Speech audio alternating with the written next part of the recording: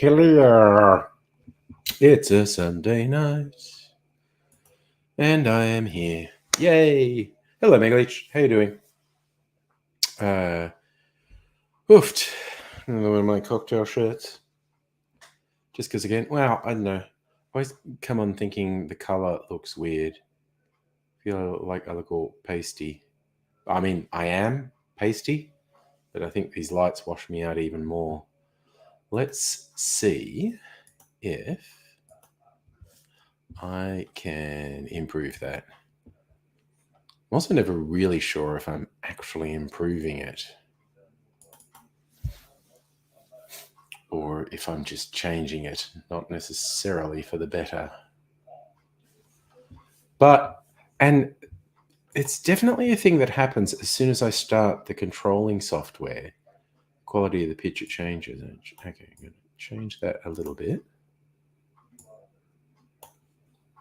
Let's see, white balance. That's 2 right there. Maybe there. Maybe. Oh, and I'll just play with the focus as well because that's the thing I like to do. That looks about right. And I'm going to stop messing about with it now. I'm going to finish my Pepsi.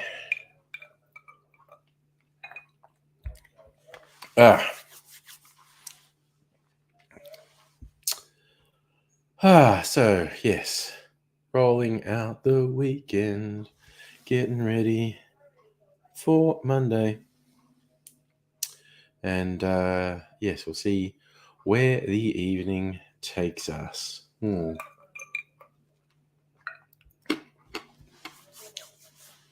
was feeling a bit weird earlier. I played a bit of Red Dead Redemption, and sometimes with the 3D games, I actually get slight motion sickness. And I think that was happening. I think it's past. So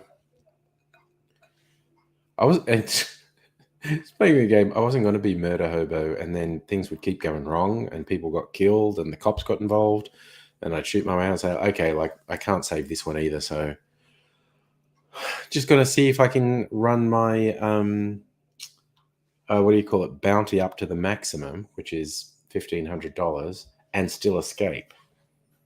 And then I robbed a train, and it was all such an adventure.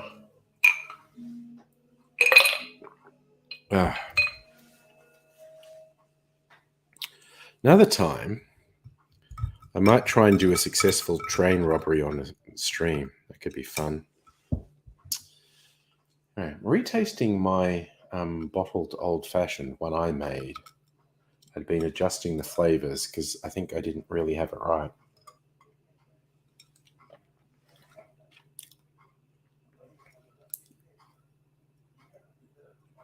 It's better. Tastes really chocolatey because of my... Still got that bitter edge, though, more than it should. I think I might even put a bit more sugar syrup in it. Hard to be sure. Okay, another taste.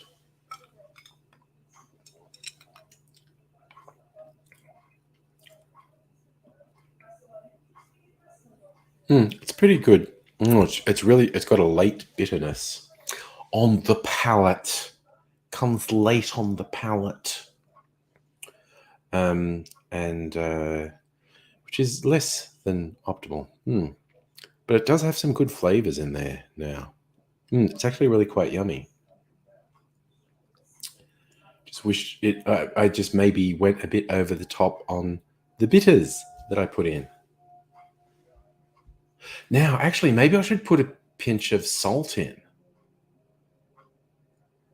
because that's the trick for bringing down bitterness. Yes, that's actually what I should do. That almost sounds not almost, that sounds counterintuitive, but it's a proven thing with this type of drink. If it's too bitter, just do a pinch of salt. And salt is a flavor enhancer, actually brings out sweetness. Sounds weird, but I don't know. Our brains are weird, is what I'm saying. So I'm not going to drink any more. Well, got a decent serve here.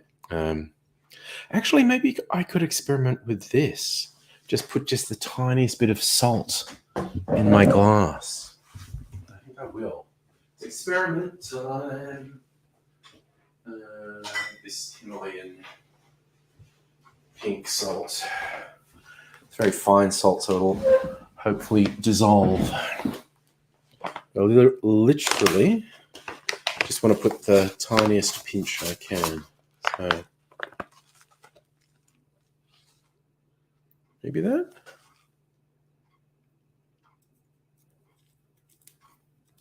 Oh.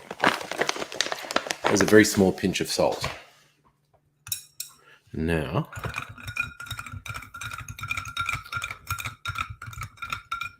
don't know if I'll be able to tell the difference. But it's a fun experiment. I like experiments.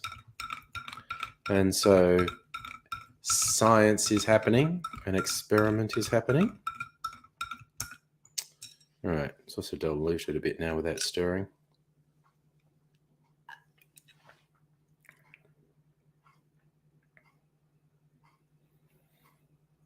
Yeah, I think that's the answer. Glad I had that little brainwave. Might actually make just a very small saline solution in some hot water. Dissolve a bit of salt in it and just put a few drops of saline solution in. That way I know it's going to dissolve and merge if I pre-dissolve it. The science of taste is strange. Let's see how much of the gang rolls in tonight. Everyone's having a lazy old weekend. I left my phone in the other room. I want to go and get it. I will be back.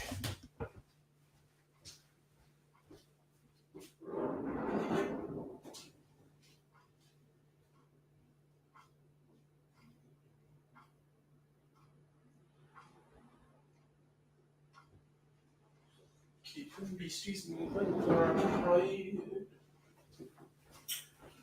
Rain and wind and weather, hell bent for leather. Wishing my gal was by my side. Now I've got my phone with me.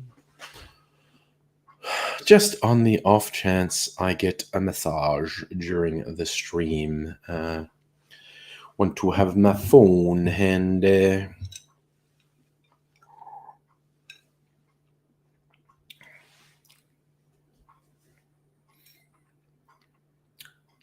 Yep, that's taken away the bitterness. Salt is the answer. I kept adding sugar, which, is also good, but yep, now that just needs a little bit of saline to be noticeably improved. I feel accomplished for stumbling. Oh, that's what I have to do tonight. Wankers. Chestburster, excellent. Unlocked all 50 achievements in Black Mesa. We were talking. That's a mod of a game, isn't it? Because I feel like we were talking about it the other night. All right.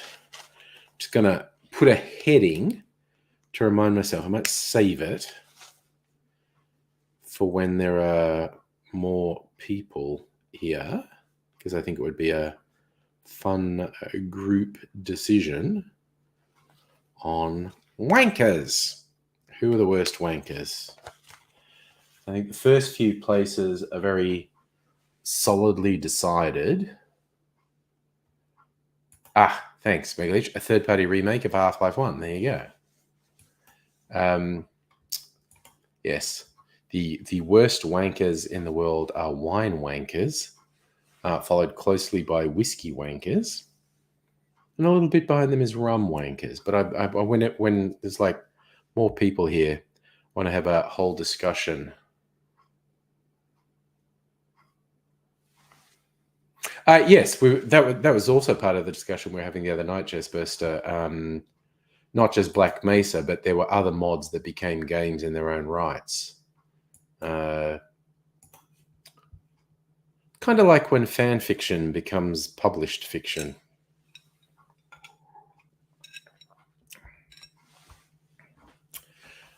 A wonderful, mysterious world we live in. So, and good evening to you, Bumfungus. Nice to see you. Just chilling out on a Sunday night. Easing away from the weekend to the work week. Independent, third-party, fan-made. There you go. A thing that happens less often to not at all these days. There was that brief period where there were a couple of these fan-made mods that were so successful they became standalone games. I'm not that up on how things work now, but I don't think that happens anymore. I could easily be wrong because this is not my area of expertise. But yeah, I feel like that doesn't happen so much or at all anymore.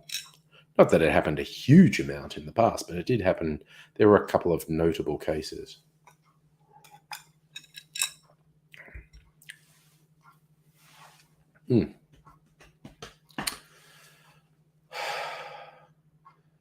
I forget where I first heard that little factoid that salt actually gets rid of bitterness better than sugar does. I'm glad I remembered it because it's exactly what I needed to do. And yes, Salumi was nice. Labor won the South Australia election. Chestburster listening to Camel by Sandy Martin. Never heard of the person or the song. Living on the Ceiling by Blancmange. I do remember that one. That was a little 80s number. Just reminded me, I want to the election results according to the ABC. Jesus fucking Christ. Okay, so you needed 24 to win. Currently, they're confidently predicting 26 to Labor. They are only confidently predicting 9 to Libs and 4 to Independent. So there are 9 still in doubt. So best case scenario for the Libs, they win all 9 of those. So they have 17 seats compared to Labor's 26, which is just like a really solid majority.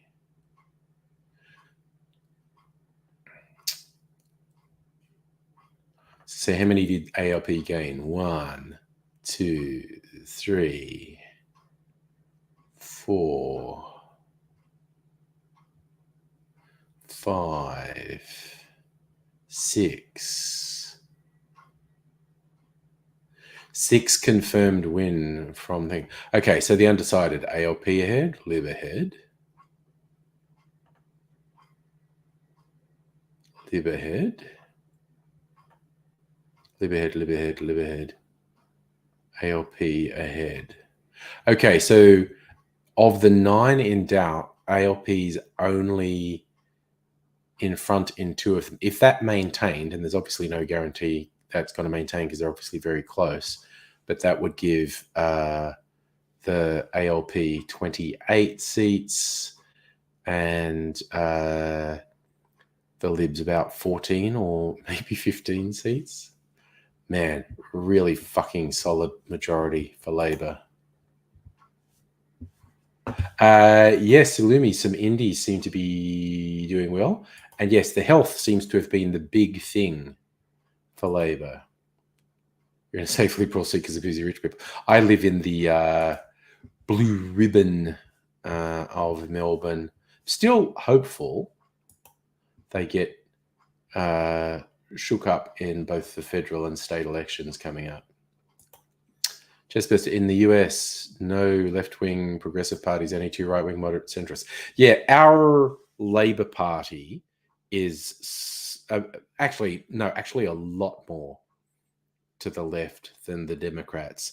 Our Conservative Party is only a bit more conservative than the Democrats.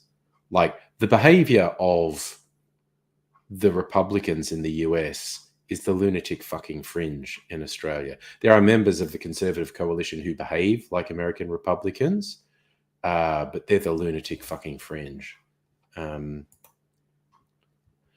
Postal and COVID isolated votes for some seats. Yeah, so it'll be interesting what shakes out over the next couple of days. But that has, I mean, I don't know. I don't know how divorced from reality Morrison is, but that's got to be sending the shivers up the spines of the federal Liberal Party. They must be sensing disaster pending. And I mean, the Liberals were always going to get fucking creamed in Victoria anyway. So, yes, it's Labor's to lose now. So Labor's starting to swing more left, going for youth, ethnic minority, yeah, and the LGBTQIA vote. Yes, to an extent, yes.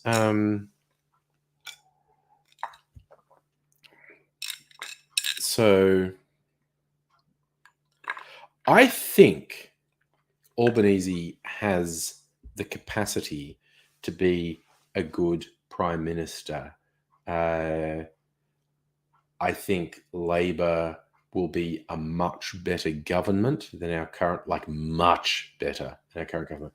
Their behaviour in opposition and their campaigning completely fails to inspire me because I feel like they've been so scared by the electoral success and the tactics of the LNP for the last decade that they've just become so timid publicly.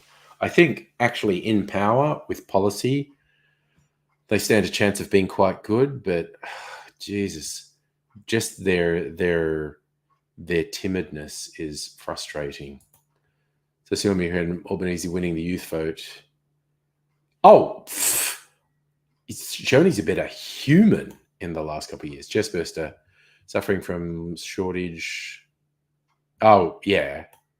I mean, there are a couple of interesting younger, mostly women have been winning representation for the Democrats in the US, which has been very interesting to see. But man, the US system is so broken. It's like, as an outsider, it is absolutely surreal to see the degree of dysfunction in the US system. Like, it's absolutely friggin' weird.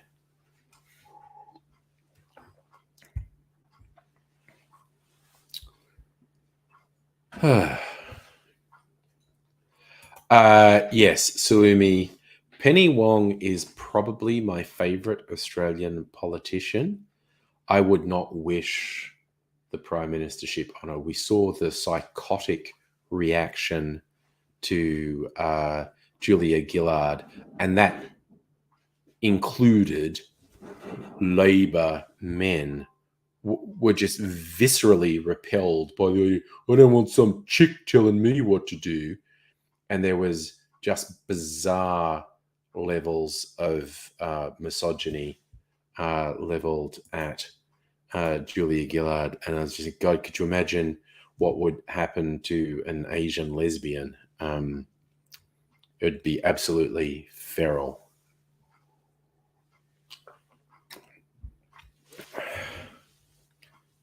If it was a thing she wanted, I think she could get it. Who knows? Of course, to be prime minister, you have to move from the Senate to the House of Reps. That would be a tip off, actually. If Penny Wong ever moved from the Senate to the House of Reps, that would be an indication that she intended to go for the leadership. But yeah, given the fuckedness of the Australian public, I would not wish the torture on it. So, you think you made great change. Love to see Jordan Steele, John getting a senior position. He's Greens. No. I mean, I don't think the Greens will ever have power. I think there is an extremely high chance they will fall prey to what happened to the Democrats. That they were a balance of power type party at one point, and they started to get a bit more sway, and then they tore themselves apart. I think that's a big risk for the Greens. Honestly, a future where the ALP couldn't win government on their own, but the Greens had enough seats to form a coalition, if not an actual coalition like the LNP, pledge to support government policy as a minority government. I actually see a bunch of positives in that. Not least, look at the Gillard minority government. They were incredibly effective because they were actually consensus builders. Yeah. So what's this one? Chestburster, you hate miracle mineral substance. Yeah, dude, any of those sham medicines, they suck. They definitely suck. And there's a lot of them. And we have a problem in Australia with freakazoids who push absolute bogus bullshit, and say it's health. It's going to save your life. It cures. And it's not. It's just absolute fucking bullshit. These people are just straight up scammers. Right. Ooh, it's experiment time. I just remembered I have to taste my barrels. Have to. So you see, playing as a team. And not only that, Gillard had the support of two conservative independents, two conservatives who, in good conscience, could not support Tony Abbott because he seemed like a fucking nut job. And Julia Gillard gave honest discourse and said, for your support, I'm committing to actually helping your electorate. And it worked. Oh, Chess Berserker, it's bleach. The fucking weirdos who pitch bleach as a health thing.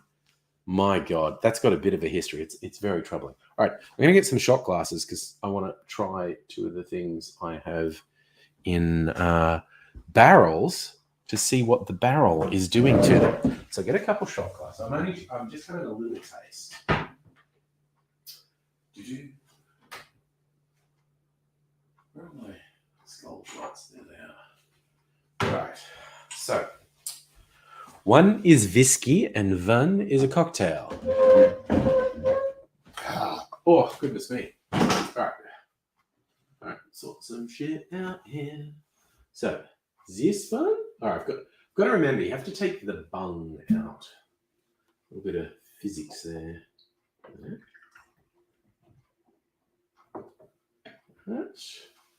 That's the whiskey. Put the bung back in. Other one, take the bung out. And get a little bit of the cocktail. All right. And put the bung back in. All right. Do that. Do that. All right. Barrel's going. Okay. So, and I'm back. So Salimi, Gillard was a good leader. She was. The whole Marriage Act thing I think, and I say this as an outside observer with no real insight to what happened behind closed doors, but my assumption was they just decided it was a bridge too far. And because Penny Wong was actually supporting Labor's position at that time to not pursue same sex marriage as a policy, I suspect Julia Gillard and Penny Wong had a very serious, open heart discussion behind closed doors, which I imagine it went something like Julia Gillard saying, I have like no bigotry at all. I think you should have all the same rights to marry, etc. I just believe it's a bridge too far and it will destroy the government if we do that. And that has got to be one of the hardest decisions of Penny Wong's life, to go, yep, I will subsume momentary sort of recognition of me as a human to preserve this government. And that's, politics fucking sucks. Politics fucking sucks that people have to do shit like that, or the bad people get in power. It's like, Jess Burster, that's a very colourful punishment for the bleach people. Nobody, greetings from not Queensland. Hello, you in not Queensland? I'm also in not Queensland. Right. This is my Maker's Mark bourbon that's been aging in my barrel for 3-4 weeks. I need to look up when I put it there 3-4 weeks ago. I need to have a little taste.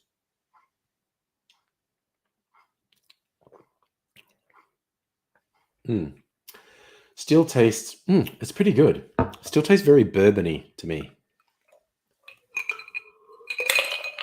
Bourbon to me is sharper than Australian whiskies, because the rules with bourbon, you have to age it in new barrels. And Australian whiskies, they can use whatever. They can use ex-bourbon barrels, ex-scotch barrels, ex-wine barrels, ex-sherry barrels to get different flavors in. Right. Cleanse my palate. Taste my cocktail now.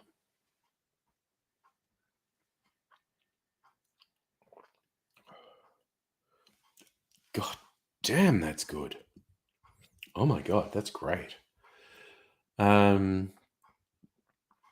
telling me it's literally something all queer people have to do, to think very hard at how much push queer issues at work, because it can be tough, being harmful to your mental health. Yes. And issues remaining more harmful. It's complex and difficult. Hot take, unpopular opinion. Well, see, that's a personal preference. That's a whole porn subgenre now, which is fun. Nobody think people who believe bleach is medicine. But that's the thing, they do. No. But, okay, the worst thing is they do it to kids. If it was just like, Trump supporters taking bleach, I'd be like, yeah, go for it, whatever. But they do it to their kids, which is very bad. Very, very bad. It's kind of like there was a subcult of these idiots who were convinced your own urine is a miracle cure for things. And they were washing their eyes out with their own urine. And they're getting gross eye infections and wondering why. And people said, that's just the toxins coming out. Keep going. And it's just like with these groups of friggin' weirdos, you cannot tell the trolls from the true believers, because the trolls try to say outrageous shit to wind up the true believers. But then the things the true believers say are just as outrageous. So it's very weird. Yeah, I agree, Salumi. Commenting on people's appearances, even when you're making, again, obviously, I think when you're in a relationship or dating or whatever, you tell people what looks good and stuff. But strangers, no, don't do it. Yes, I'm in the liking curves, and again, not being super judgmental about appearances. So yeah, so I'm just trying the same things on ice.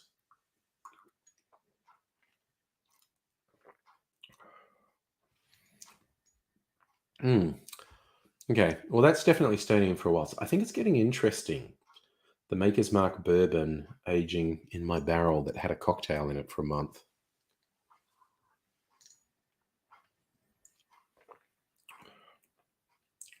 Hmm. Whew. It's interesting, but it'll be staying there for a while.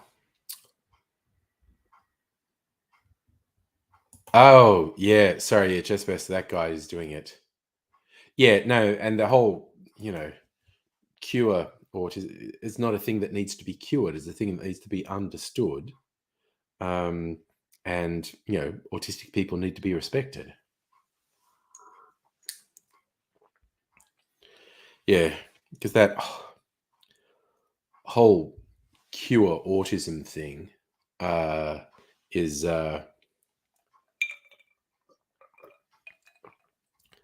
borderline Nazi eugenics, basically.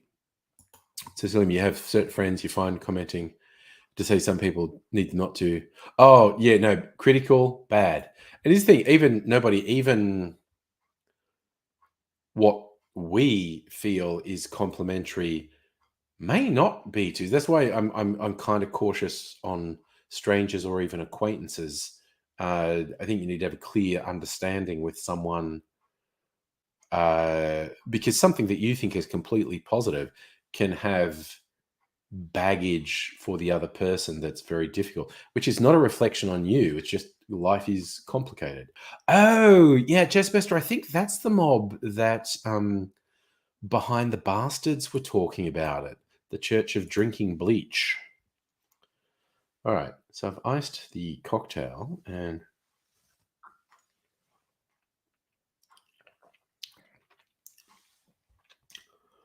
oh my god, that's good. I might take the cocktail out next week. I'm going to leave it for a while yet.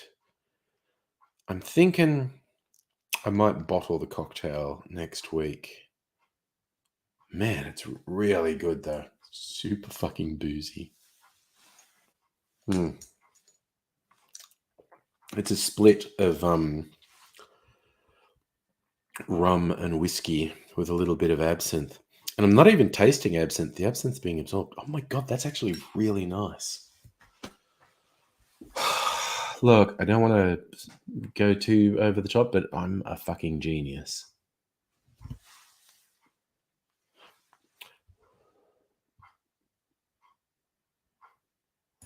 So yeah, absolutely no. But what it is being careful. It's like things. It's just horribly easy to make a mistake saying something in good faith. You know, maybe you want to compliment someone on weight loss, but maybe the weight loss is happening because of illness or trauma or whatever, and it actually just makes the person feel bad. Uh, and again, being an appreciator of curves, just throwing it out to someone like, "Ooh, you're hot, love the curves." Some people may be so sensitive to that they feel like, even though you're not saying you're fat, yeah, that's how they hear it. It's fraught, and probably it's just one of those things. The less said, the better. Really, yes. Tattoos. I think are safe ground. Like, yay, nice ink. Go for it. Okay, fun facts from Chestburster. Chlorine dioxide mixes aqueous sodium chloride with acetic acid and citric acid. But yes, you don't want to administer bleaches. I think the two ways they do it are orally and anally. They do bleach enemas. Super bad idea. Ugh. Like I said, if it was just some friggin' weirdos doing it to themselves, I'd be, "Eh," but they do it to the kids, which is bad. Yes, see, Salumi, tattoos, piercings, hair, just like, hey, excellent look, love it. And even fashion, clothes, without, careful not to say like that flatters you or whatever, just like awesome outfit, loving it. But Yeah, it's just when you don't really know the person. I'm a big believer in the less you say, the better, probably, um, because you never know what's going on. I've just seen so many situations where the person was absolutely positive they were saying the right and positive thing, and they didn't completely understand the other person's situation, and there was a really negative connotation that the other person took. And we go, oh, what do I say? That's just what I'm saying. Maybe say nothing. Just don't. Keep it to a minimum. Because you never know what someone's been through and what they're going through. So something that seems really innocuous and positive to you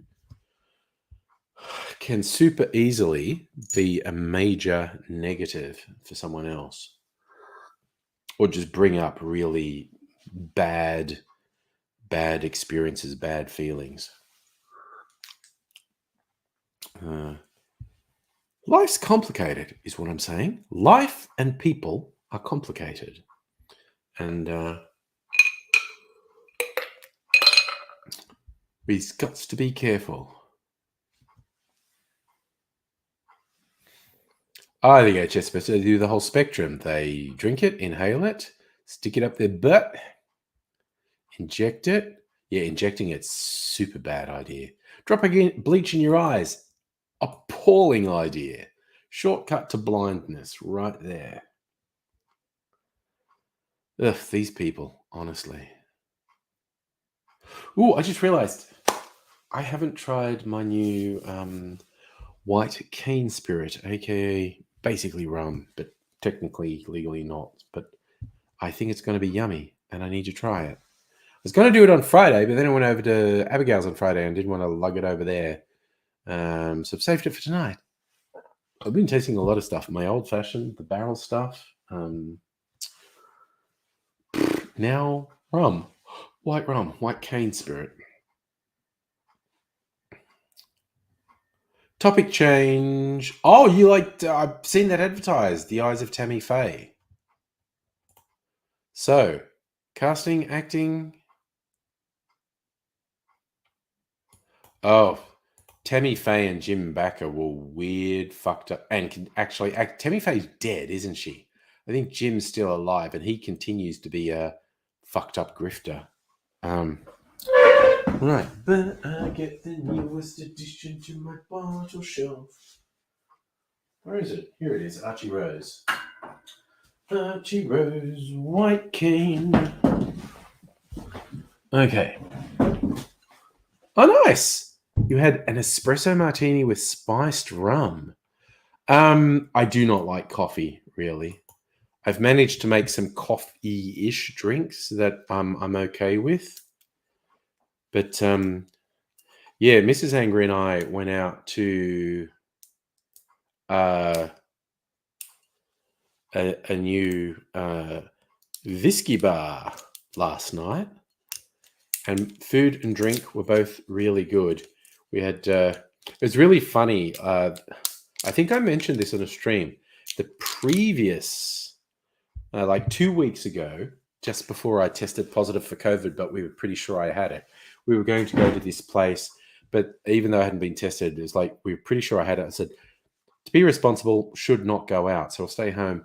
But the cocktail menu for this place was online, and Mrs. Angry said, "Can you try making some of the ones we were going to pick?"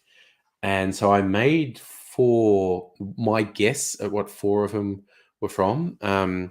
One they called like a white chocolate passion fruit martini, which is like a variation on a porn star martini. It was the old fashioned, a Sazerac, and milk clarified drink. And so we rated my ones when we had them 2 weeks ago, and then we ordered them at this place last night and rated. So we rated my old fashioned as their old fashioned was good, We rated my old fashioned as slightly better. We rated their Sazerac as notably better than mine. We rated their white chocolate passion fruit martini as better than mine. They dropped the ball a bit on the milk clarified cocktail. It was pretty ordinary. Mine was much better. So on our point score, comparative score, I won by half a point. But it was 50-50. Two of theirs were better than mine, and two of mine was better than theirs. So that was pretty good. So, that was a nice, satisfying pop. But that was fun going out and doing that. That is some white rums barely have more flavor than vodka. This has a nice, that sort of overripe fruit aroma. Slightly acetone-ish, to be honest, which is good. Now, what do they describe? Okay, do they have a description on here? They do. I'm going to have a sip and give my impression before reading their thing, saying what it tastes like. Hey, Asafa. Something I know, their cocktail recipe is pretty good, but is very impressed with their Sazerac because it was very simple, but they balanced it really well. It was really good.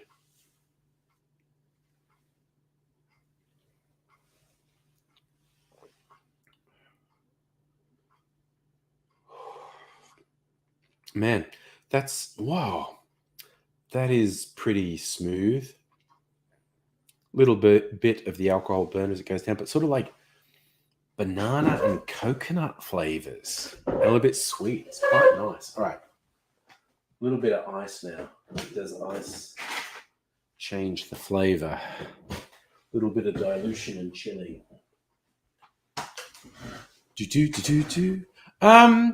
It's interesting. Safa, we went really early. They have a happy hour between 5 and 7 with their cocktails, which the happy hour price makes the cocktails $5 to $10 cheaper than they are normally.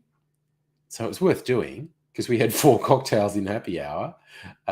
So we saved, $30.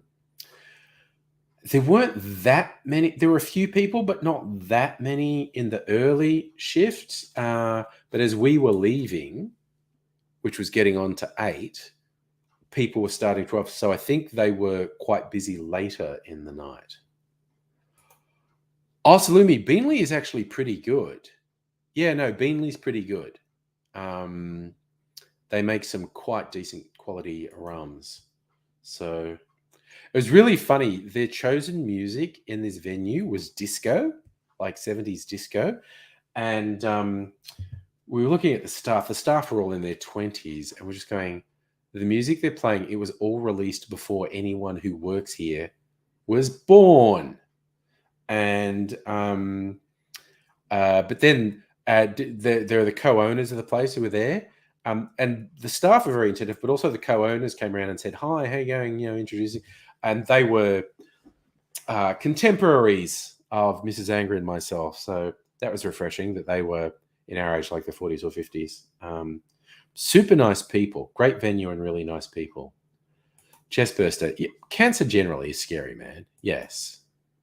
Get to my age, you don't want to think about it too much. Everything's scary at my age, honestly. All right. Chilled and diluted white cane spirit.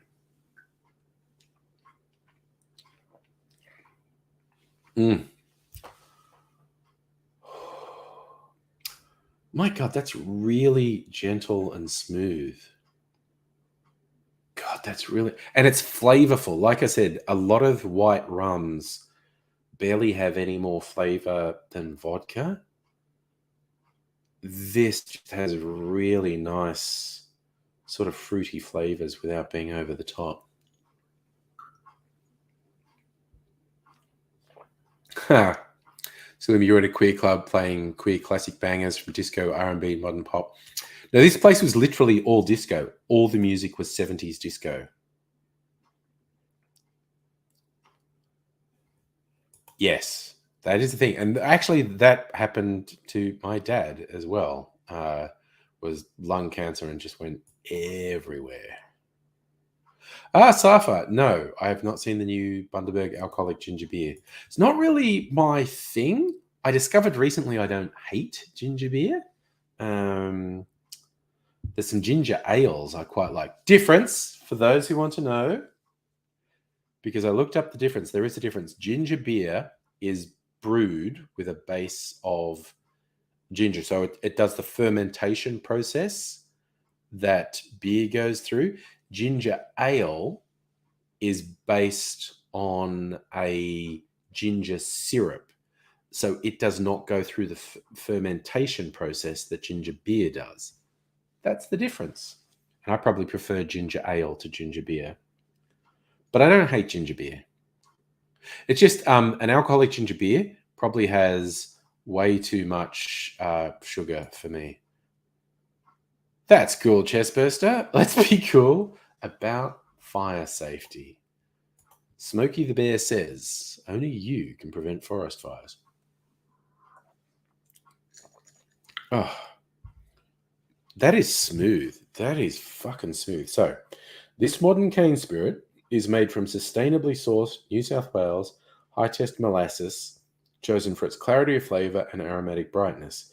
Cold distilled in our one-of-a-kind copper vacuum stills to preserve the delicate flavour notes of the molasses, vibrant cane spirit is perfect with ginger ale or in tropical cocktails.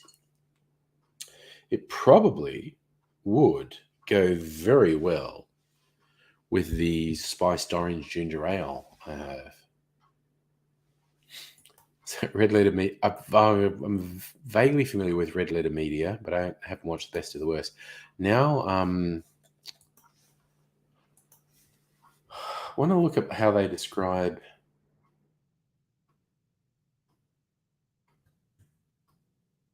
the flavors on the website. Archie Rose, looking it up. Yes, I'm of legal drinking age.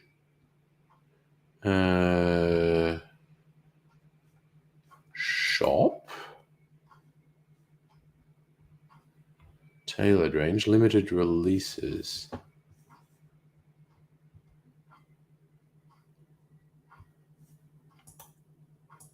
Jesus, is the rum sold out already? Oh no. Oh, it's going to be a core. It's a core release. Okay, that's interesting. Okay. In the glass, vibey, easy, elegant drink made to sip when the air is humid, energy and spirits good. Conjure those halcyon days, depths of winter as you swan around your living room, pina colada. Actually, yeah, this would make a fucking awesome pina colada. And it's vegan. Well, that's fun. Yeah, so they got recipes for pina colada, daiquiri, and mojito. Oh, Jesus, it would make a good... oh, there's mint out there. Mrs. Angry's growing mint. Maybe next Friday for party night, I might make a mojito with this. As it is, I am going to make a daiquiri. Just a really simple daiquiri. Okay. So that's where you're getting it. Let's wrap fire safety. Nice. All right, so I'm going to get my shaker. Going to make a simple daiquiri. All right, so get a shaker. Get a strainer. Get a glass. I think I'll do a Nick and Nora. Oh, you know what? Completely non-standard. I'm going to do this glass just for fucking fun, basically. And I'm going to use the ice I have here in here. Right. Ice, ice, baby.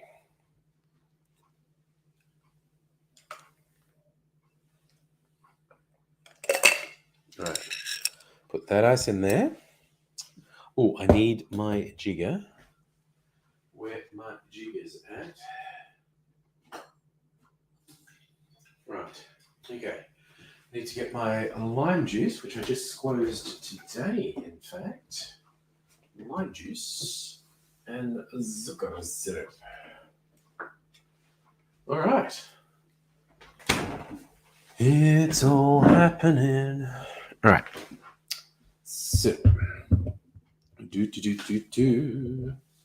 Okay. So, Vigo. Actually, you know what? I might do it reverse. And that washes the sugar syrup out of there. So they reckon only 15 mils sugar syrup. Okay. Come on. All right. Sugar syrup. In it goes. I might do slightly less lime juice than they suggest. Because my palate lately has been wanting things less acidic than how a lot of people do them. Saying 30 mils. Just shy of 30 mils, I think. Or maybe a little bit more. Just shy of 30 mils. Living dangerously with how I've not been liking acidity. And finally, the white cane spirit. Alrighty. Alright. Okay.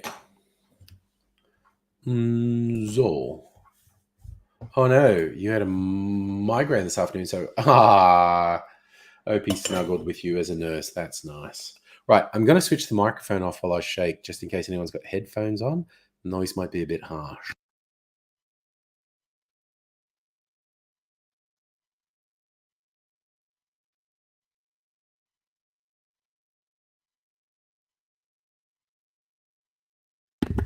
That's good. Okay, get the lid off. Yes, thanks, Safa. Shake it like a Polaroid picture. Keep the ice out. Put it in a very non-traditional glass.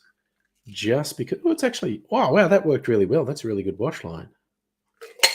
If you ever hear someone talk about the wash line when they pour a drink, a cocktail particularly, it literally just means how close is the drink to the top of the glass, because it's aesthetically pleasing if the drink is reasonably closer, and really non-traditional. I'm going to put my cherry in there so it gets a bit of flavor. This is my special glass, which I bought during lockdown from my favorite bar Americano.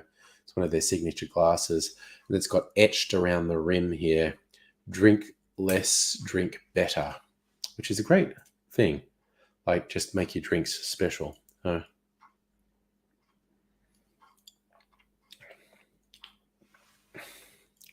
Killer fucking daiquiri. Okay, I'm glad I didn't put more lime juice in, because I think with a little bit more, it would just taste like lime juice to me.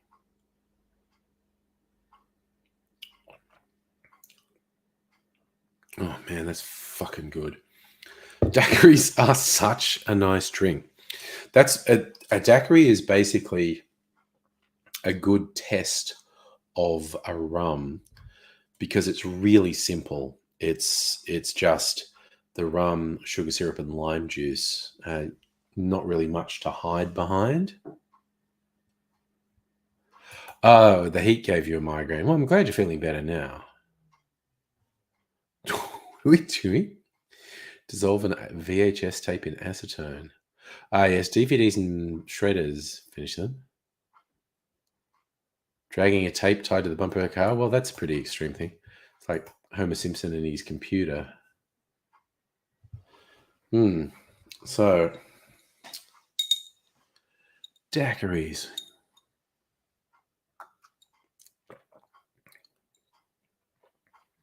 Man, that is good. I think definitely I'll make a mojito with this later in the week.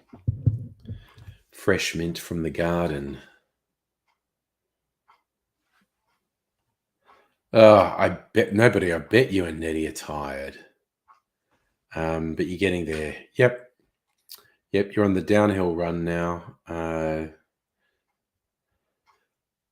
Moving sucks, and it's super fantastic that you're there to help Nettie, because the whole process definitely sucks. But having you there to help, I'm sure, makes it far more manageable for Nettie. So cheers to you, sir.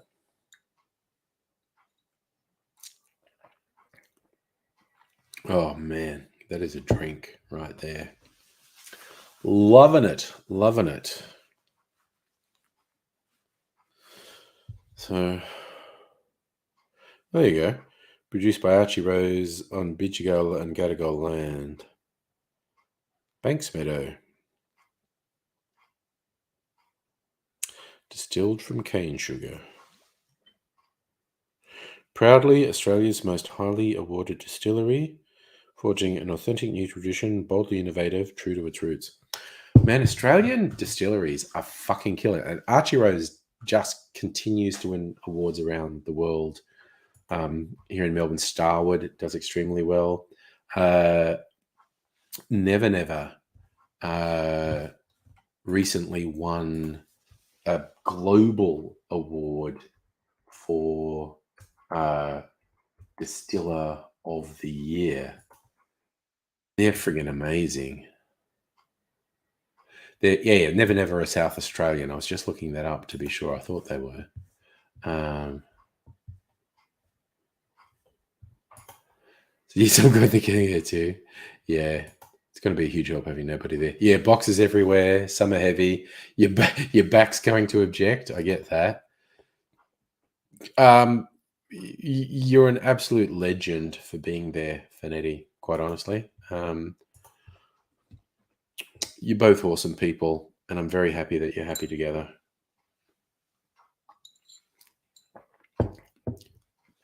So, yes, it's like when people expect me to get parochial or patriotic about Australian sports, I'm just like, what?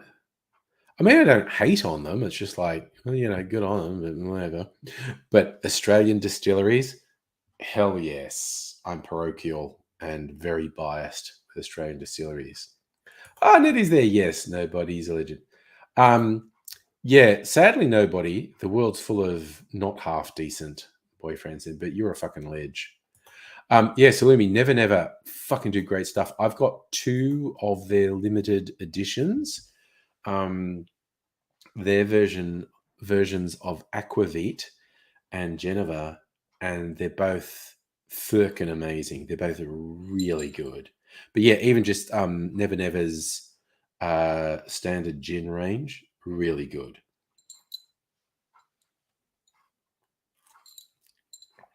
But yeah, Australian distillers generally are embracing the amount of botanicals that are native to Australia, and that's how they're taking on the world, because there are these amazing innovative flavors that the rest of the world does not have readily available, and we do. So I'm just moving some ice around. And yeah, there's so, like, I don't know, I think Kirsten was saying there's hundreds of distilleries in Australia at the moment. They're all doing amazing stuff. And yes, it is good you're not like some of the sucky ones. And yeah, sucky boyfriends are sucky. Oh no, Salome, your ex dick about showing up for things when he said he would. Yeah, not good. So what is Chestburster? Destruction on best and worst, burning and cooking. A tape on charcoal grill. I would not eat cheeseburgers that had been next to a VHS tape that was burning. That sounds dangerous. That just sounds dangerous to me. Yeah. So I'm going to leave the cherry in there. Kind of looks neat. That actually looks really neat, doesn't it? With the cherry in there. I like that. Mm. Yep. Okay. Man, there's a reason people have been making daiquiris for about 100 years. Really fucking good drink. Okay, I'm going to see if I can find out the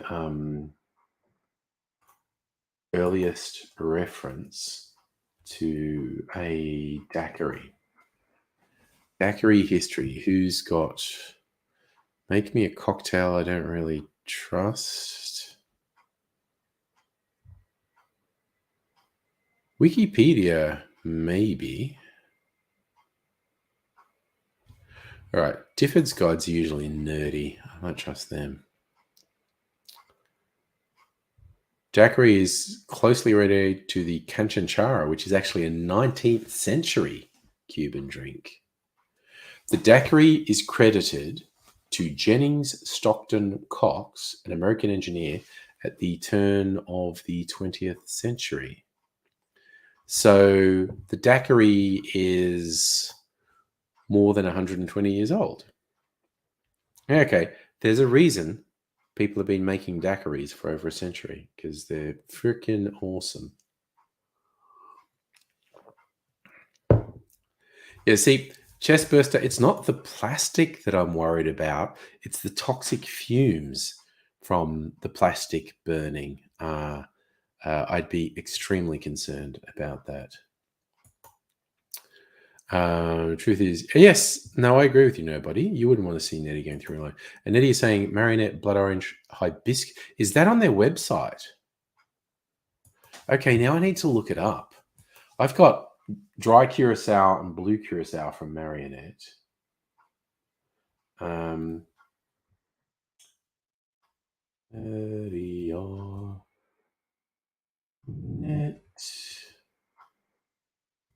liqueur.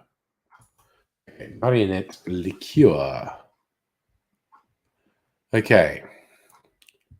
Let me go. Yes, I'm 18. Thank you. Blood orange and... Okay, fucking hell. Okay, I was thinking of getting one of their berry liqueurs because I used them up. I used to have both meh and what was the other one? There was another berry liqueur they had, and it was a fucking hell. I'm going to have to get that. Jesus Christ. Blood orange hibiscus curacao, very special release created for her. Combination of blood orange, bitter orange, hibiscus, bright light, floral, and sweet. Designed for the signature serve, French 75. So they do this curacao gin sparkling wine. I wouldn't do that. 22%. Fuck it. Sorry, you've led me astray, Nettie. I'm getting it. But I was going to get the meh anyway. I can never be sensible when I say that name, Mure, M-U-R-E, which is blackberry liqueur. I always want to do it in like a faux sort of Inspector Clouseau accent. Meh. I'm going to get some meh. All right, I got shelf space. It's time to get some liqueurs. Done and done.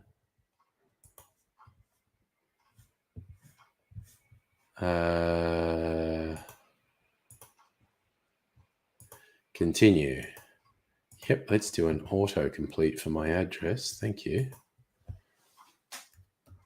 Oh God, I forgot my postcode. What's my postcode? Why did my postcode not autocomplete? That's fucked up. I did know my postcode. I just wasn't trusting myself.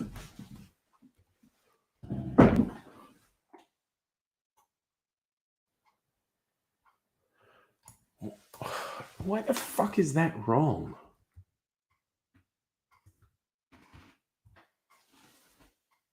And why the fuck is my phone number wrong? What the fuck is this shit?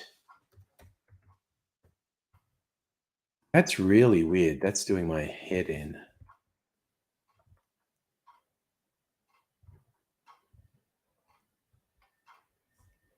Continue. I was going to get a personal note to myself put in there, but I won't. Like, you're awesome. Where's my phone?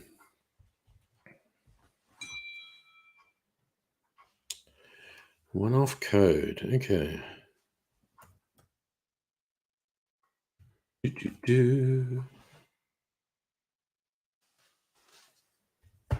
Double authentication for the win. Okay. Blood orange and myrrh. Purchase. Also, I was missing out on the idea of I love getting stuff in the mail. Nettie, that is true that I have done that. Hey, Strictly Sega.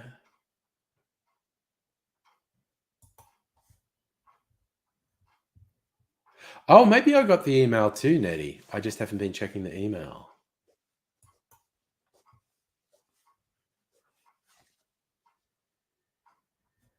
So the her is okay. I need to look up what that actually is.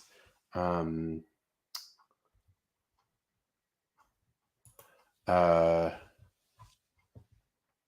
it's an entity. So what is her? Her. It's a bar.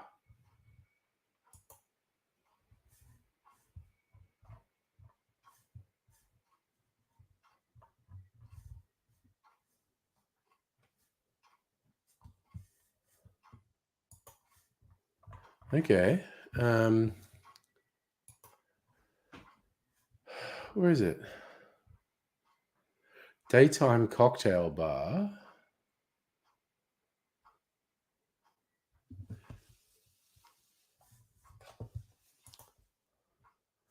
Late night menu.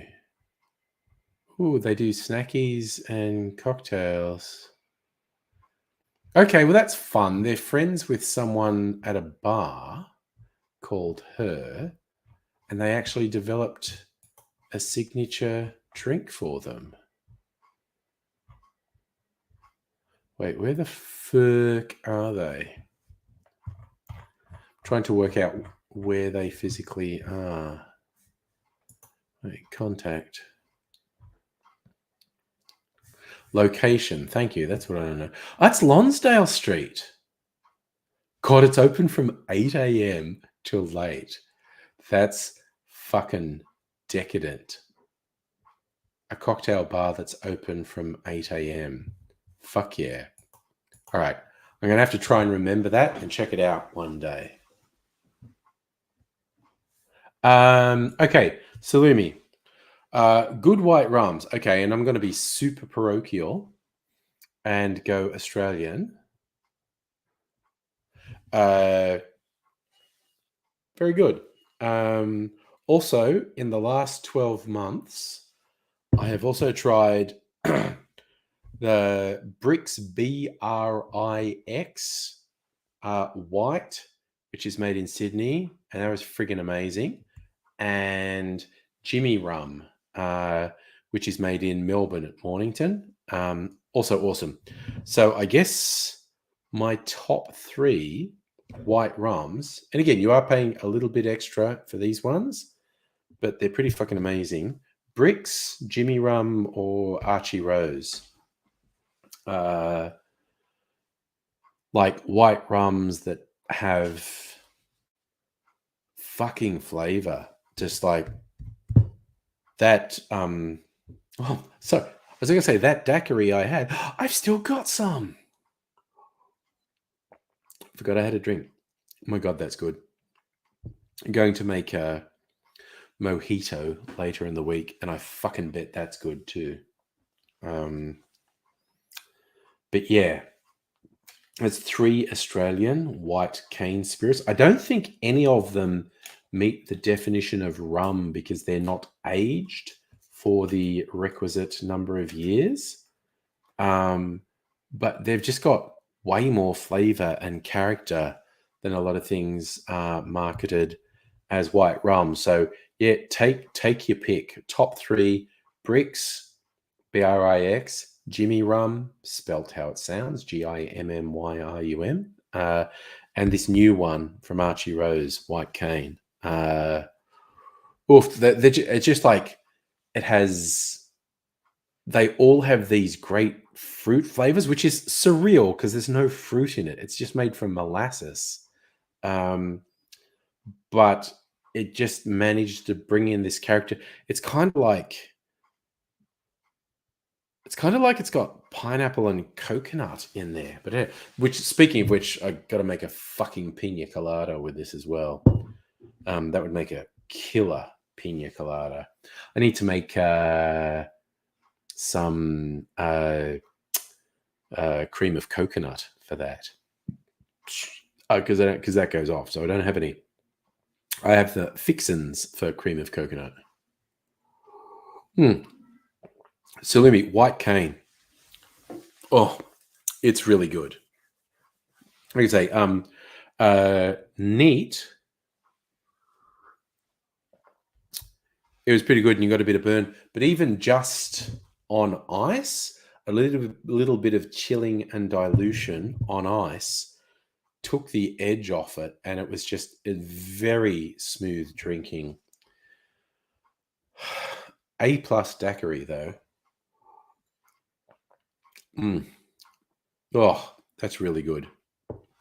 But I shall definitely, over the next week or so, make both a mojito and a pina colada with this to see how it goes. Pretty good. Jesper, are you the only one who has trouble picturing other people's houses? Mentioning species or ticks, any unique shape? Oh yeah, and it's a fun, deceptive thing with YouTube. If you watch people on YouTube and they're in a particular room, you can form an impression of what their whole house might be like based on that room. And that idea you have in your head is about 99% likely to be wrong. Yeah, Brix is affordable. Jimmy's a bit pricier. Yeah. So yeah, I'd in terms of price, if they're comparable, I'd go Archie or Brix. Just amazing drinks, honestly.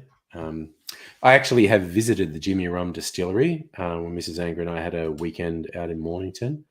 And the guy who runs, his name is James. He's really nice. Came up and talked to us, and they basically had an overproof white rum they were making. It was what's known as a rum agricole. And I did a tasting flight of these rums they were working on. And he came up and said, "Oh, you did the tasting flight. What did you think?" And I was like, "This is good." And he's going, "Yeah, I think that they had big plans for their version of the rum agricole, which is a lightly aged rum that's made on cane juice rather than molasses, which is a subtle difference. And I just saying, oh, the taste of that should be in a zombie." And his eyes lit up and said, "Oh, I didn't think of that." Yeah. And so he just went up to the barman and said, "We should blah, blah, blah, blah, blah." And they mixed something up, and he came over with this drink that he was drinking. He goes, "Try this, soda straw, try it. That's pretty good."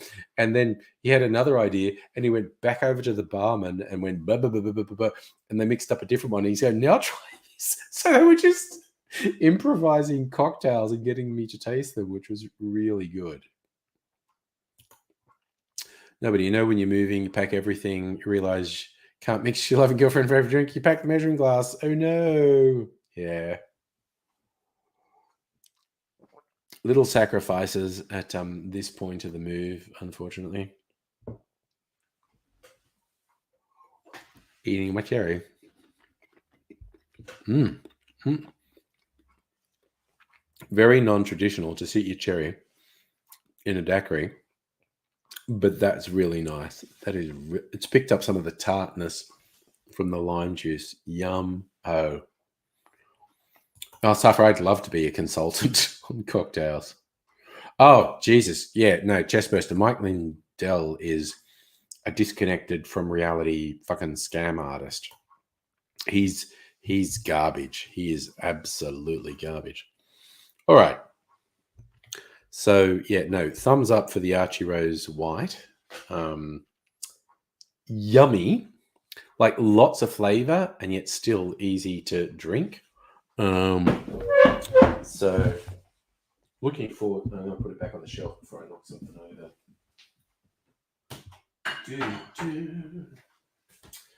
Putting the lime juice and the sugar syrup back in the fridge. Oh, margarita, just add tequila. Yeah. I'll do that later in the week too. Now I should drink some water. Actually, I'm just going to drink some water. To make the day for you. Like I see an orange peel in there that I had as a garnish for a cocktail. I also like save them. Mrs. Angry will put it in a hot chocolate tomorrow. Ugh. So, yeah, need to drink some water. Hydrate, kids. Don't drink bleach. Drink water. Oh, that is good. Yeah. So what's an interesting thing? Is there anything much happening? Oh, okay. Now I want to have the conversation, and I've had this conversation before. There was a couple of people I was hoping to be here around, but that's okay. Doing a list of wankers. Who's the worst wankers? We've discussed this before. So I think number one, worst wanker, wine wankers. And that's just because they've had so much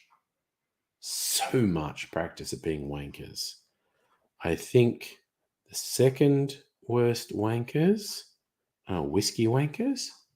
So I saw you asking a variation of that question before. So how safe is it to eat? How often is it safe to eat McDonald's? It's not a straight answer to that. It's all how you balance it. If you balance it with exercise, like eating meat 3 meals a day, probably not great. Could you eat a McDonald's cheeseburger every day? Sure, if you balanced it with other things and activity and whatnot. So let me finish. Nothing exciting happening today. Well, I guess we've got the comedy festival next month, and then there's an arts festival in June. And strictly say yes, Tony Abbott, he's a piece of shit more than a wanker. Suffered burger wankers. Yeah, but they're so inconsequential and far down the list. So I'm thinking, okay, wine wankers, whiskey wankers. I think rum wankers are next. I think coffee wankers come after that. Coffee wankers are worse in some places, like Melbourne.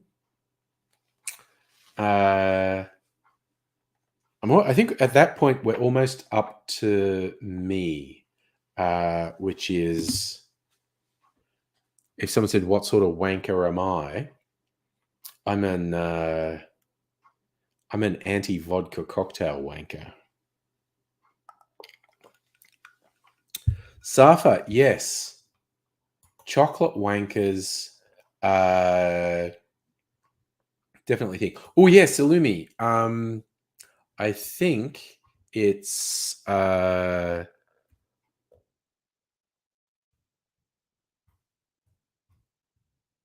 Archie 10 off.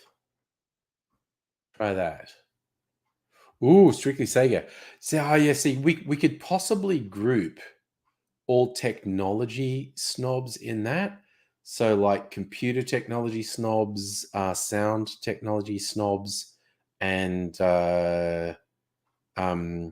TV screen technology snobs, wankers. Maybe we could group technology wankers. I'm trying to think, because I have to be honest and a bit self-effacing about my own shortcoming. Trying to think, am I worse than a chocolate wanker? Because I think that was a good one, Safa. Yeah, that maybe that's a good way to put it, Safa. AV wankers.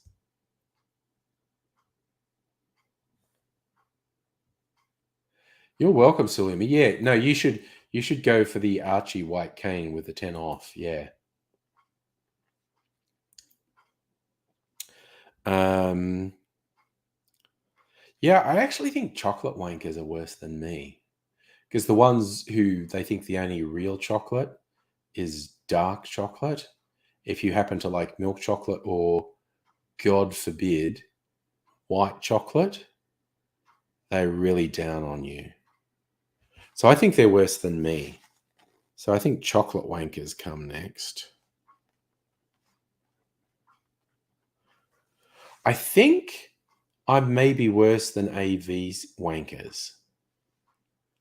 Me and my anti vodka thing, I might be worse than AV wankers. They're their own thing. I also don't think anyone pays attention to AV wankers. Oh, no. Yeah, no. Strictly Sega. Let's not even get into the white supremacist wankers. It's bad.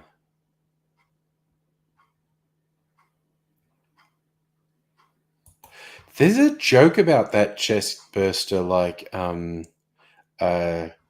gets wishes from Genie and they wish their worst enemy gets taste buds in their butthole, which is awful. So for comedy going wankers, yeah. Oh, music wankers. Oh, sorry. So you said there are definitely comedy wankers. They're very fringe, but music wankers. Music wankers. Oh shit, yeah, Safa car wankers. Yeah, no, strictly Sega. Vegan wankers. Um, these are all fucking gold. These are all solid. Car wankers are definitely a thing. Uh, Vegan wankers are different. Maybe I should group the whole new age woo woo crystal vegan bullshit. Or that will really upset the vegans if I put them all in that thing. Um, Maybe I'll just say hippie. Hippies with their crystals and um, activated almonds and just dumb bullshit. Now I have to work out where I am in that spectrum. So now I'm up to 1, 2, 3, 4, 5, 6, 7, 8, 9. Oh yeah, no. Salumi. There's a difference between liking crystals and being the sort of new age hippie wanker who literally declares that they have physical effects.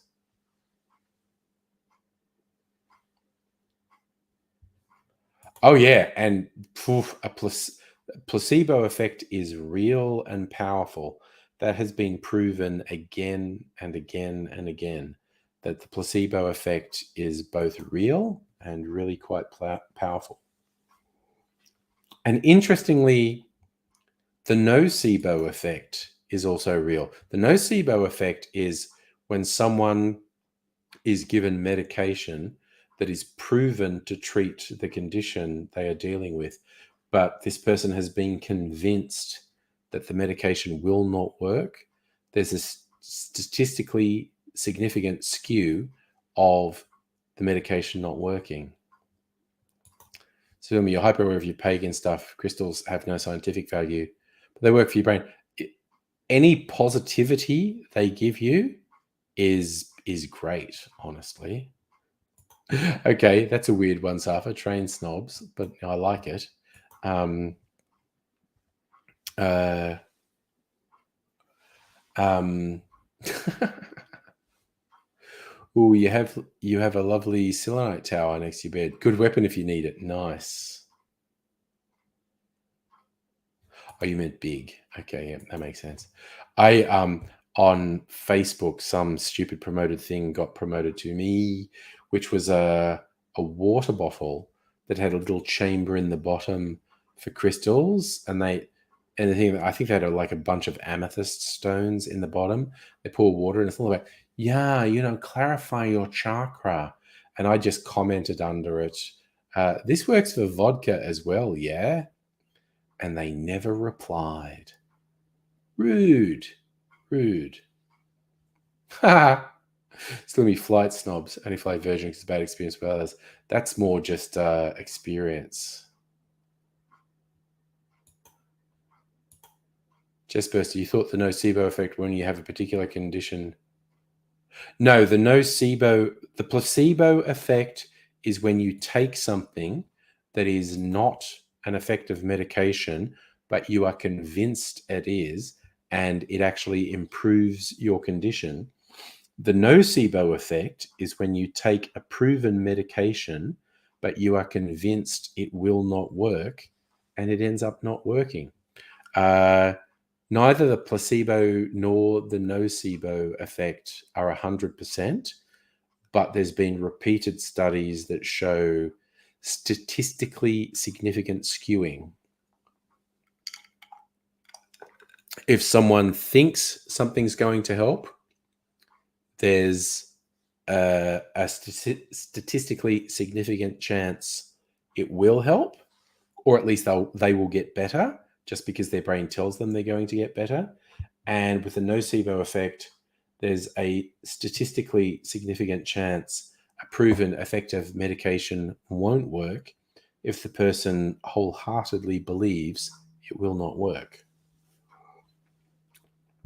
Human brains, both powerful and stupid. See, Silmy, you're going to charge your spirits with crystals? Sounds like good things. You do get pet snobs. That's a real thing. No, chestburster. Both the placebo and nocebo effects have been proven to exist. There is no doubt whatsoever that both the placebo and nocebo effect are real. They're not 100%.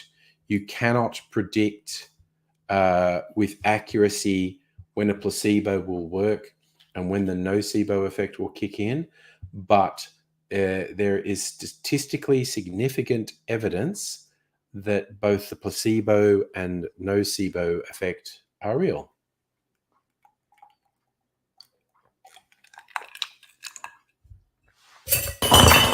I just thought I'd knock something over on my desk here. Don't panic. It was metal and nothing broke. So what's your OP doing? Big pile of mystery genetics. Well, aren't we all, really? Aren't we all? Yeah.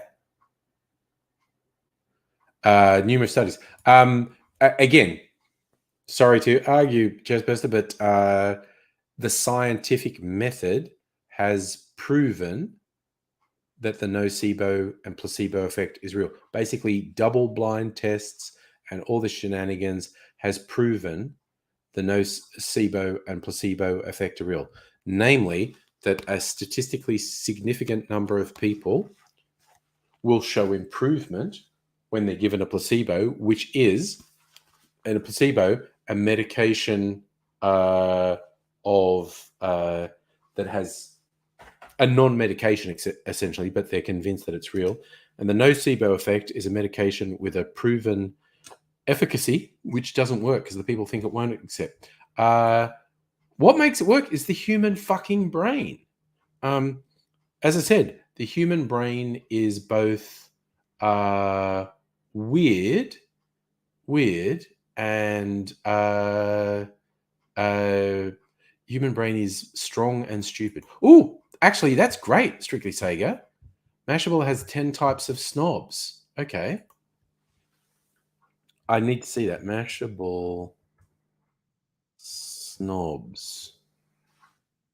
10 best snobs ranked on Mashable. I want to see that. Oh, I forgot beer. Okay. Condiment. That's a weird one. Wellness. That's what I'm talking about. Hippies. That's the wellness thing. Cat snobs, we were talking about. Wine snobs. Music snobs. Cocktail snobs. Mid-century modern furniture snobs. iPhone snobs. Pizza snobs. Okay. Yeah, no, I completely disagree with their list, but there's some crossover. Wine snobs are the, and I'm not even saying snobs, I'm saying wankers. I forgot beer. Beer wankers need to be in there. Yeah. Okay, now I've just got to decide where beer wankers go. I could even limit it to alcohol and just wine, whiskey, rum. Maybe I'll limit it to top five. Top five alcohol snobs.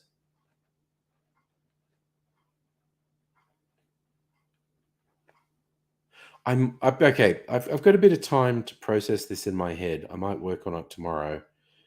I might even limit it to the top five alcohol wankers. And that would be wine, whiskey, rum, beer, and cocktail. Actually, beer is probably just after whiskey. Beer wankers are probably more common than rum wankers. So I think it would be wine, whiskey, beer, rum, cocktail in order of commonality and severity.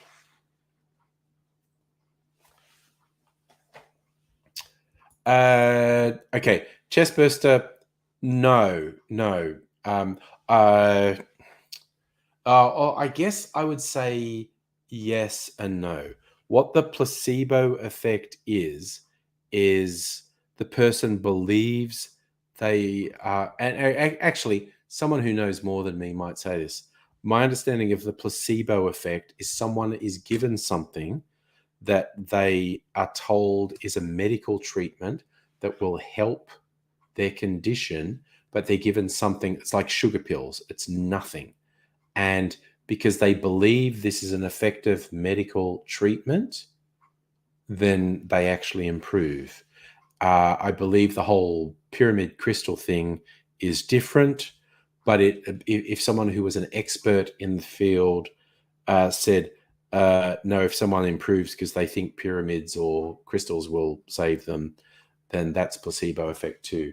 But my understanding is the placebo effect was referring specifically to giving someone something and telling them this is a medication that will improve your condition. And when it's like sugar pills, and a statistically significant number of people will improve when they are not given any sort of effective medication.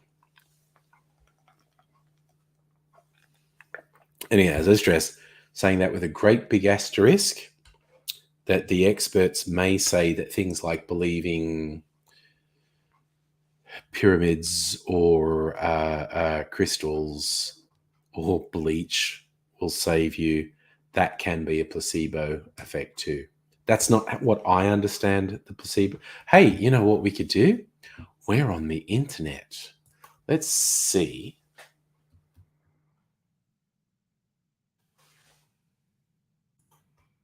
what we get. The placebo effect. There's lots of links there. This one from Harvard. Your mind can be a powerful healing tool. The idea the brain can convince you fake treatment is a real thing. Placebo effect. It's been around for millennia. Science has found under the right circumstances, a placebo can be just as effective as traditional treatments. Placebo effect is more than positive thinking, believing a treatment will work. It's about creating a stronger connection between brain and body and how they work together. Placebos won't lower your cholesterol or shrink a tumor, but they can work on symptoms modulated by the brain, like perceptions of pain. Might make you feel better, but they won't cure you. Been shown most effective for conditions like pain management, stress-related insomnia, cancer treatment side effects like fatigue and nausea. Does the placebo effect mean failure or success? For years, placebo effect was considered a sign of failure. Placebo used in clinical trials suggests the effectiveness of treatments most often used in drug studies. People in one group get the actual drug, the others get a placebo. Participants in a clinical trial don't know if they receive the real thing or the placebo. That way, the researchers can measure if the drug works by comparing how both groups react. If they have the same reaction, improvement or not, the drug is deemed not to work. However, experts have concluded reacting to placebo is not proof that a certain treatment doesn't work, but rather that another non-pharmacological mechanism may be present. How placebos work is not quite understood. It involves a complex neurobiological reaction that includes everything from increasing feel-good neurotransmitters to greater activity in certain brain regions. Placebo effect is a way for your brain to tell the body it needs to feel better. Placebos are not all about releasing brain power. You need the ritual of treatment. Okay. So that actually fits in with what I was saying, that it's about a medical treatment. So, logically putting someone in the freezer doesn't actually stop their ability to reach out to me, makes your brain fixate. Well, that's good. You mean their name on paper? Oh, yeah, again, that's about making you feel better. Biggest bullshit scam ads. Oh, yeah, no, that's that's complete bullshit. And just the concept of detoxes anyway. But again, a foot pad or patch, that's an even worse scam than the usual ones.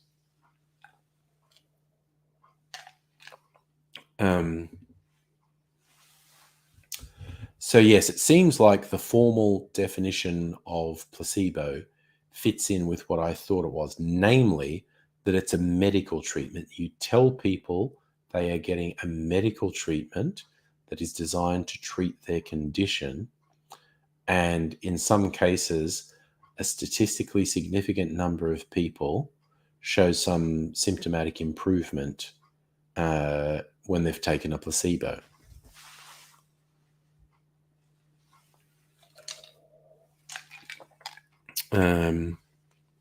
There you go. Nice. The Archie Rose is on the way keen.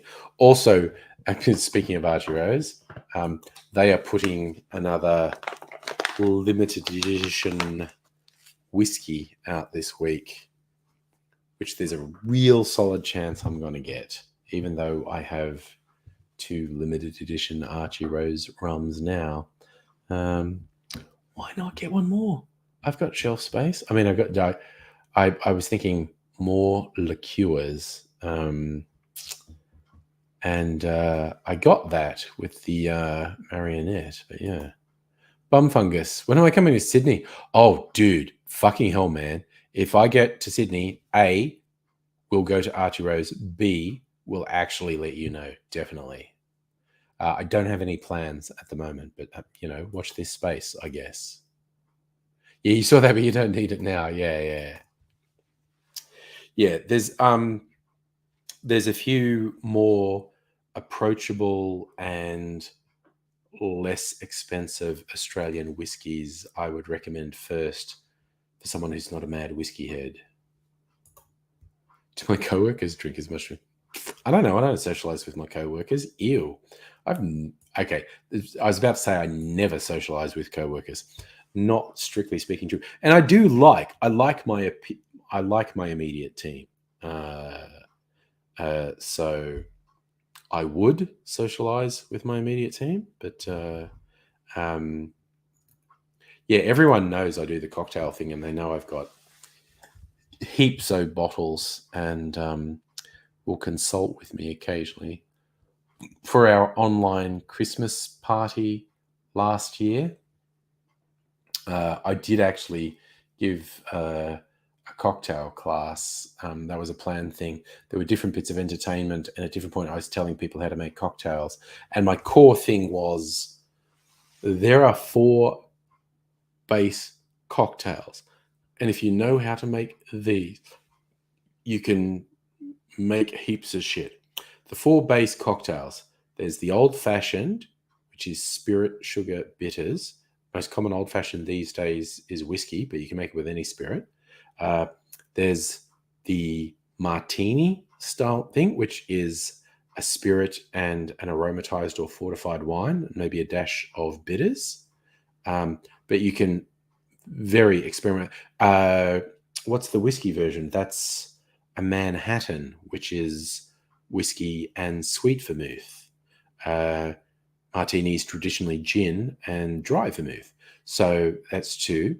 And then there's the margarita sidecar cocktail, which is spirit, fruit liqueur, and citrus juice. So margarita is tequila, orange curacao, and lime juice. A sidecar, one of my favorites, is brandy, orange curacao, and lemon juice. So that's the 3rd. And I always say this is 4th, and then I blank on the 4th. So you've got martini, old fashioned, sidecar, and God, it's ridiculous. I always fucking blank. I start saying this, and I blank on the 4th type.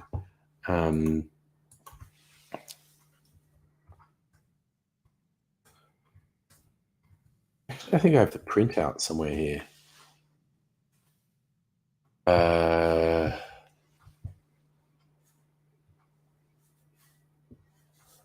Let me see.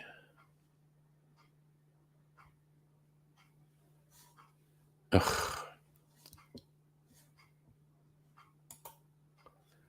What's this? See, now I'm annoyed with myself that I blanked on what the 4th type was. And now I sound stupid because I said it and I forgot. I think the printout might actually be just over here. Let me see. It might be just here.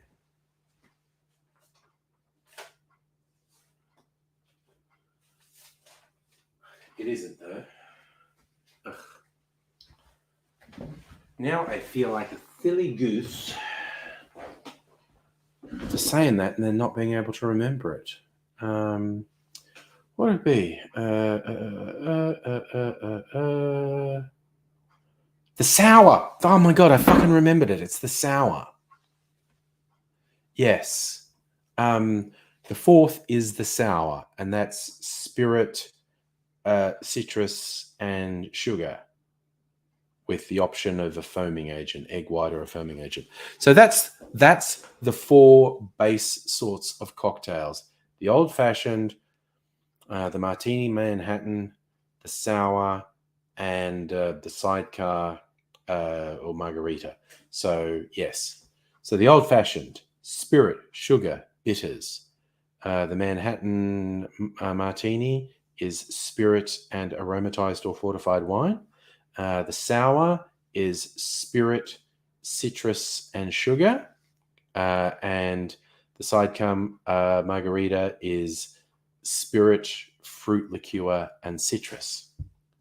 And you can fuck around with all those. You can split up the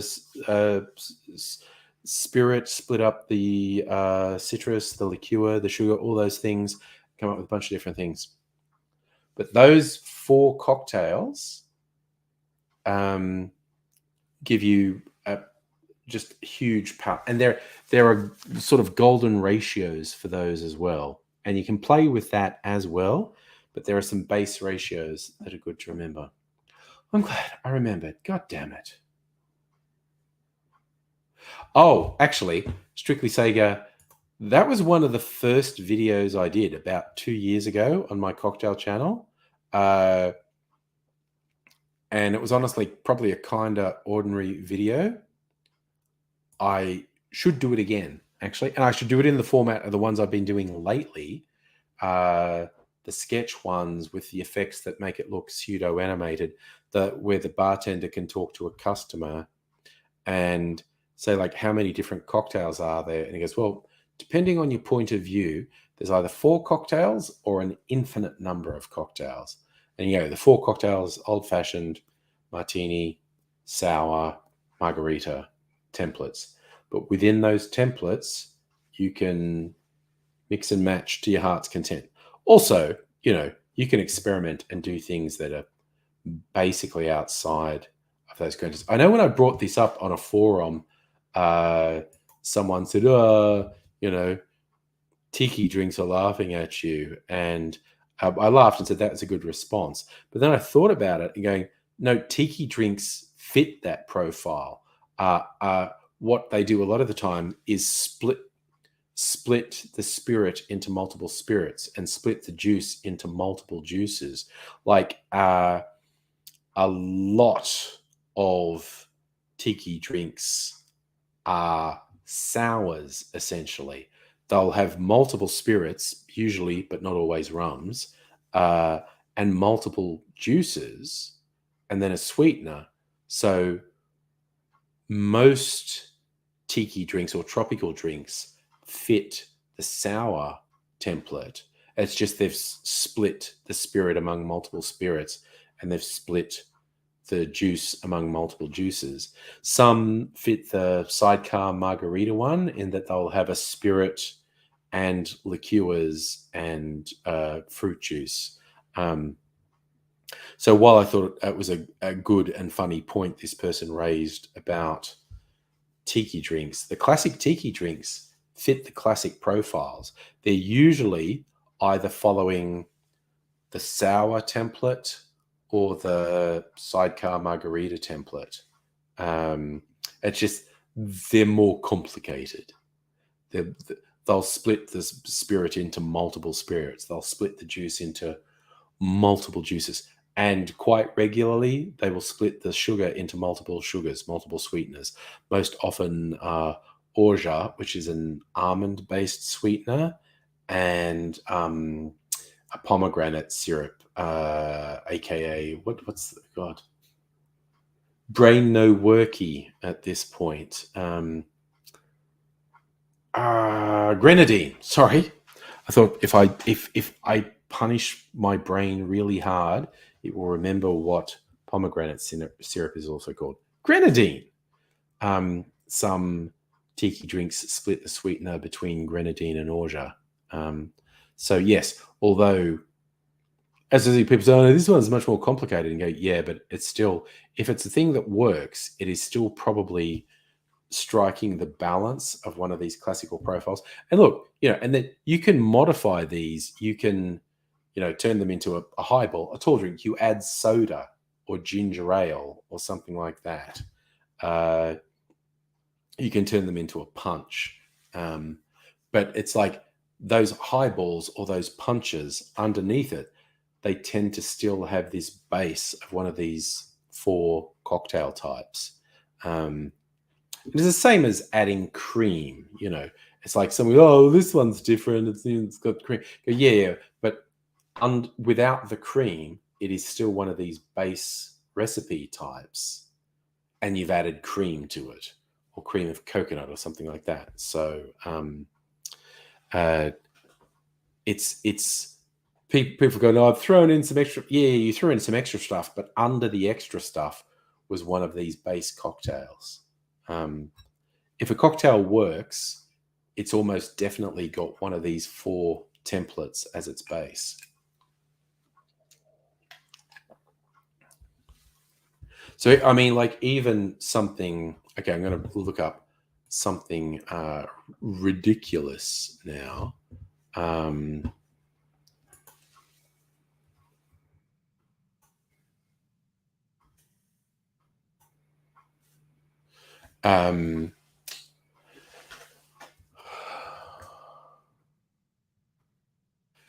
Long Island iced tea, which is a ridiculous drink.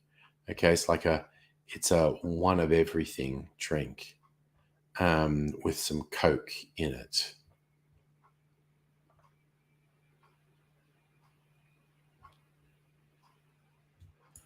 So there's variations in how people serve it, but A Long Island ice drink tends to have at least 4 white spirits. So people will traditionally do like vodka, white rum, tequila, and gin. An orange liqueur like triple sec or curacao, syrup, and lemon juice, and then top it with cola. That is, while it's more complicated and it's not as well balanced, it's a novelty drink more than a quality balanced drinks, but it's still the margarita sidecar structure: spirit, fruit liqueur, sugar, and citrus. Um, Even something that's like a novelty and not balanced, like a Long Island iced tea, is to an extent following that thing. So Salumi, sour's a new favorite. Oh, sour's fucking rock. The whiskey sour was one of my early favorites when I got into cocktails.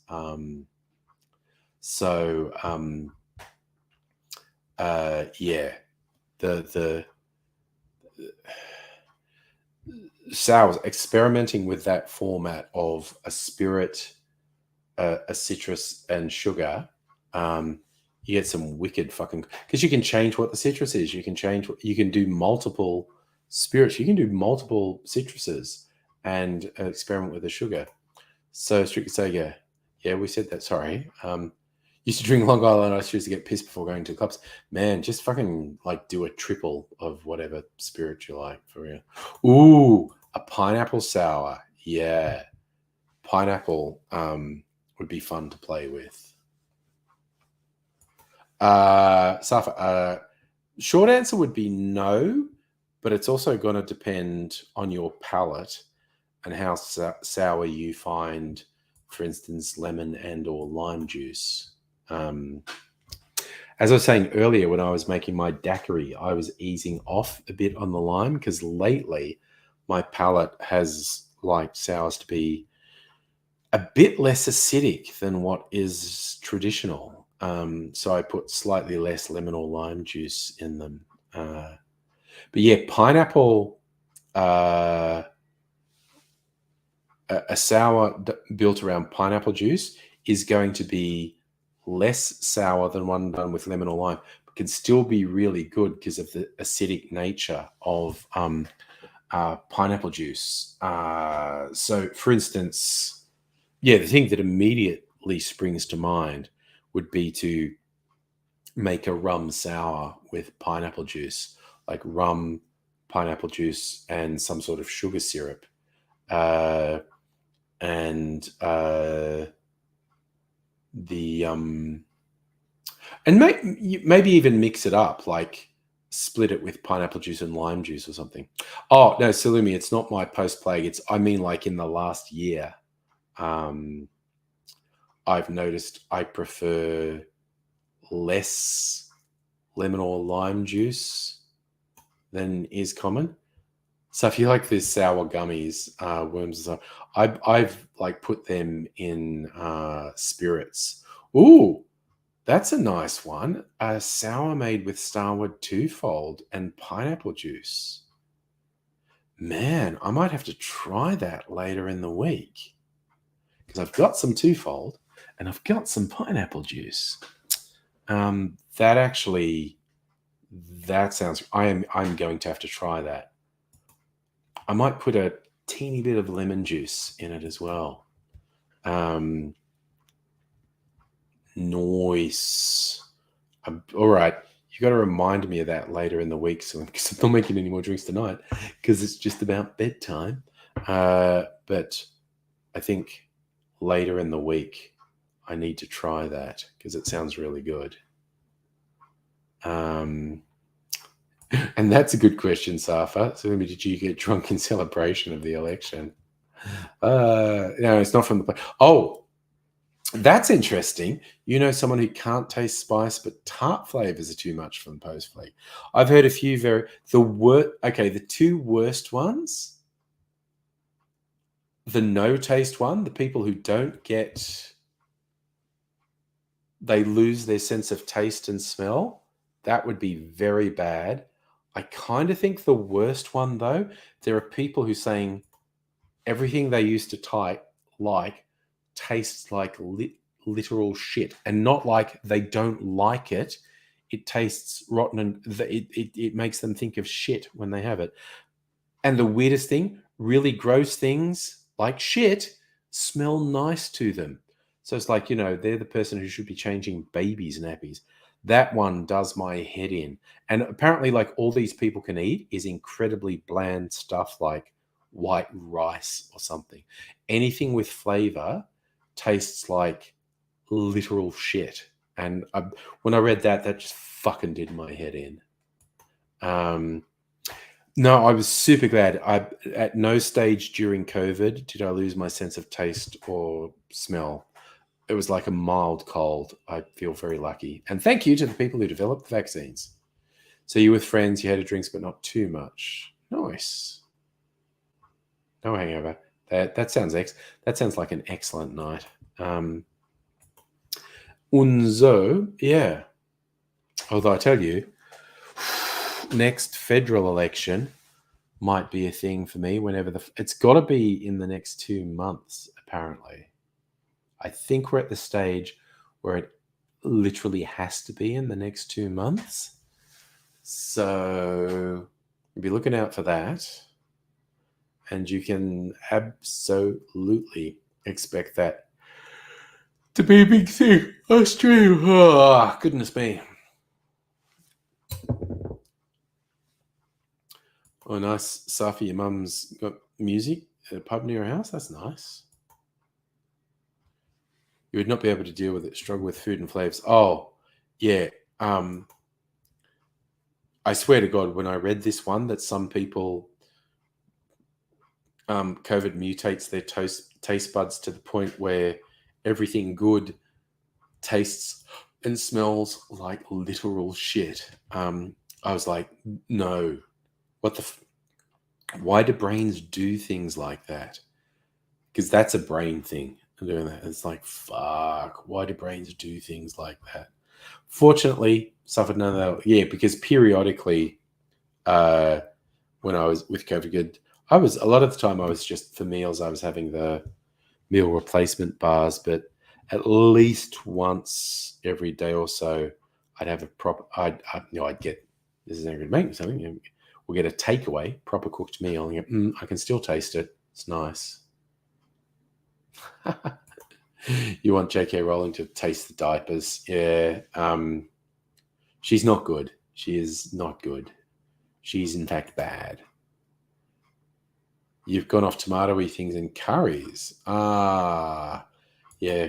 Mrs. Angry actually has a real problem with acidic things, and that's from like citrus in cocktails, but tomato stuff. Tomato can be far too acidic, give Mrs. Angry heartburn.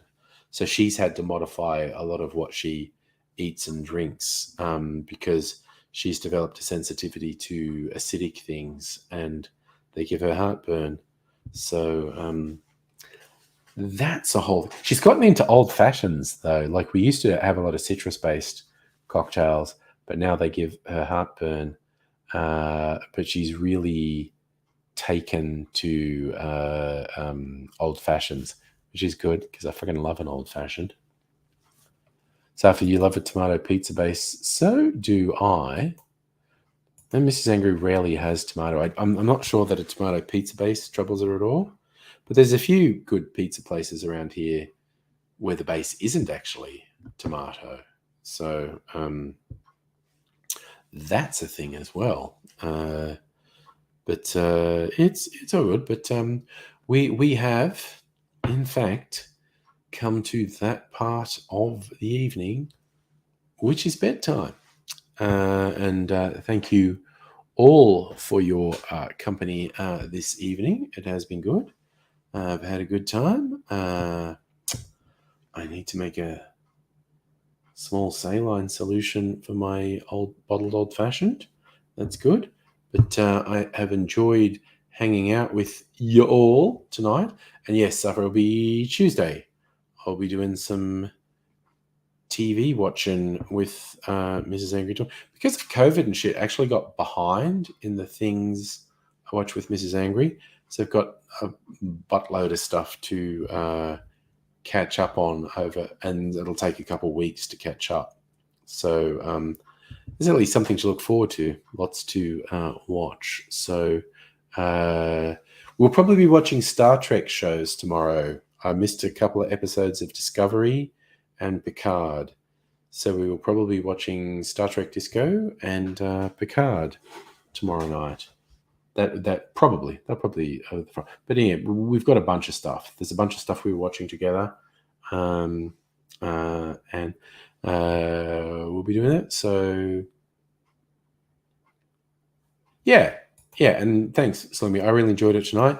Great start to the week. Great way to see out the weekend. Hope you all look after yourselves and take care, and maybe see you during the week at some point.